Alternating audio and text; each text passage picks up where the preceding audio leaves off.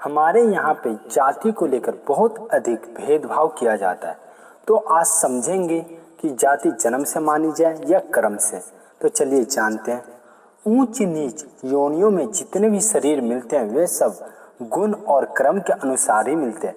गुण और कर्म के अनुसार ही मनुष्य का जन्म होता है, इसलिए मनुष्य की जाति जन्म से ही मानी जाती है। अतः स्थूल शरीर की दृष्टि से विवाह, भोजन आदि कर्म जन्म की प्रधानता से ही करनी चाहिए, अर्थात अपनी जाति या वर्ण के अनुसार ही भोजन, विवाह आदि कर्म होनी चाहिए। दूसरी बात, जिस प्राणी का सांसारिक भोग, धन, मान, आराम, सुख आदि का उद्देश्य रहता है, उसके लिए वर्ण के अनुसार कर्तव्य कर्म करना और वर्ण की मर्यादा में चलना आवश्यक हो जाता है। यदि वो वर्ण की मर्यादा में नहीं चलता तो उसका पतन हो जाता है। परंतु जिसका उद्देश्य केवल परमात्मा ही है, संसार के भोग आदि नहीं, उसके लिए सत्संग, स्वाध्याय, जप, ध्यान, कथा, कीर्तन, परस्पर विचार विनिमय आदि भगवत संबंधी मुख्य काम होते हैं। तात्पर्य है कि परमात्मा की प्राप्ति में प्राणियों के पारमार्थिक भाव, आचरण आदि की मुख्यता है, जाति या वर्ण की नहीं। तीसरी बात, जिसका उद्देश्य परमात्मा की प्राप्ति का है वह भगवत संबंधी कार्यों को मुख्यता से करते हुए भी वर्ण आश्रम के अनुसार अपने कर्तव्य कर्मों को पूजन बुद्धि से केवल भगवत प्रीत्यार्थ ही करता है। इसलिए भगवान ने कहा है कि इस भगवान बड़ी श्रेष्ठ बात बताई है कि जिससे संपूर्ण संसार पैदा हुआ है और जिससे संपूर्ण संसार व्याप्त है, उस परमात्मा का ही लक्ष्य रखकर उसका ही पूजन रूप से अपने अपने वर्ण के अनुसार कर्म किए जाए। इसमें मनुष्य मात्र का अधिकार है, देवता, असुर, पशु, पंछी आदि का स्वतः अधिकार नहीं है। परंतु उनके लिए भी परमात्मा की तरफ से निषेध नहीं है, कारण कि सभी परमात्मा का अंश होने से परमात्मा की प्राप्ति के लिए सभी अधिकारी प्राणी मात्र का भगवान द्वार पर अधिकार है। इससे भी ये सिद्ध होता है कि आपस के व्यवहार में, अर्थात रोटी बेटी और शरीर आदि के साथ बर्ताव करने में तो जन्म की प्रधानता है और परमात्मा की प्राप्ति में भाव, विवेक और कर्म की ही प्रधानता है। इस आवश्यक को लेकर भगवत ने कहा है कि जिस मनुष्य के वर्णों को बताने वाला जो लक्षण कहा गया है वह यदि दूसरे वर्ण वाले में भी मिले तो उसे भी उसी वर्ण का समझ लेना चाहिए। अभिप्राय यह है कि ब्राह्मण के श्रम, दम आदि जितने लक्षण हुए, लक्षण ये गुण स्वाभाविक ही किसी में हो तो जन्म मात्र से नीचा होने पर भी उसका नीचा नहीं मानना चाहिए। ऐसे ही महाभारत में युधिष्ठिर और नहुषा के संबंध में आया है कि जो शूद्र आचरणों में श्रेष्ठ है उस शूद्र को शूद्र नहीं मानना चाहिए और जो ब्राह्मण निश्चित कर्मों से रहित है उसे ब्राह्मणों को ब्राह्मण नहीं मानना चाहिए। अर्थात वहाँ कर्मों की ही प्रधानता ली गई है, जन्म की नहीं। शास्त्रों में जो ऐसे वचन आते हैं उन सब का तात्पर्य है कि कोई भी नीच वर्ण वाला साधारण से साधारण मनुष्य अपनी पारमार्थिक उन्नति कर सकता है, इसमें संदेह की कोई बात नहीं। इतना ही नहीं, वह उसी वर्ण में रहता हुआ श्रम, दम आदि जो सामान्य धर्म उनका संगोपंग पालन करता हुआ अपनी श्रेष्ठता को प्रकट कर सकता है। जन्म तो पूर्वक कर्मों के अनुसार हुआ है, इसमें वह बेचारा क्या कर सकता है, परंतु वही नीच वर्ण में रहकर भी वह अपनी नई उन्नति कर सकता है। उस नई उन्नति में प्रोत्साहित करने के लिए ही शास्त्र वचनों का आशय मालूम देता है कि नीच वर्ण वाला भी नई उन्नति करने में हिम्मत न हारे।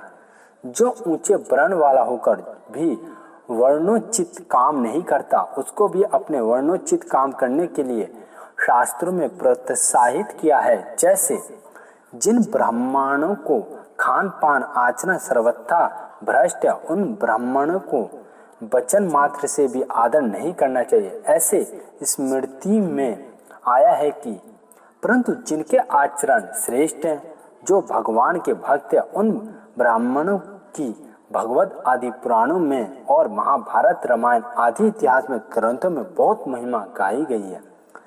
भगवान का भक्त चाहे कितनी ही नीच जाति का क्यों न हो, वह भक्तिहीन विद्वान ब्राह्मण से श्रेष्ठ ही रहता है।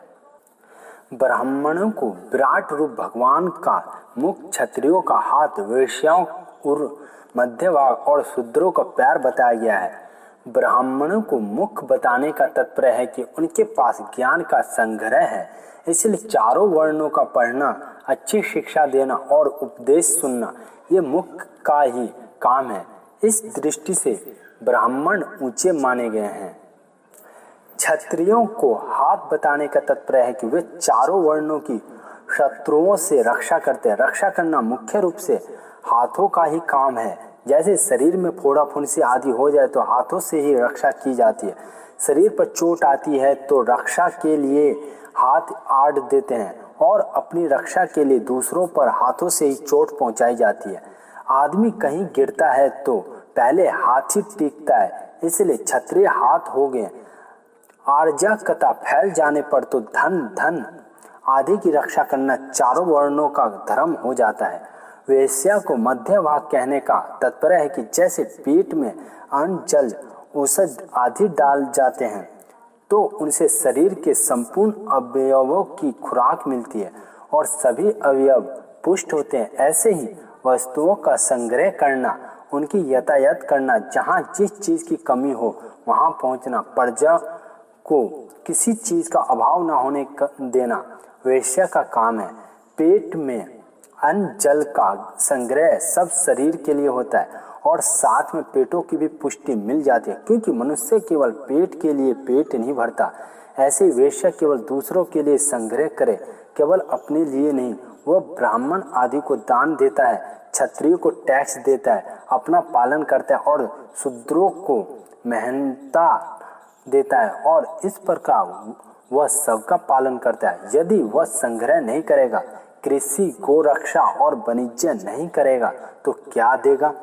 शूद्रों को चरण बताने का तात्पर्य है कि जैसे चरण सारे शरीर को उठाए फिरता है और पूरे शरीर की सेवा चरणों से ही होती है, ऐसे ही सेवक आधार पर ही चारों वर्ण चलते हैं। शूद्र अपनी सेवा करके द्वारा सबके आवश्यक कार्यों की पूर्ति करता है। उपयुक्त विवेचन में एक ध्यान देने की बात है कि गीता में चारों वर्णों का उन स्वाभाविक कर्मों का वर्णन है जो क्रमशः होते हैं, अर्थात उनके करने में अधिक परिश्रम नहीं पड़ता।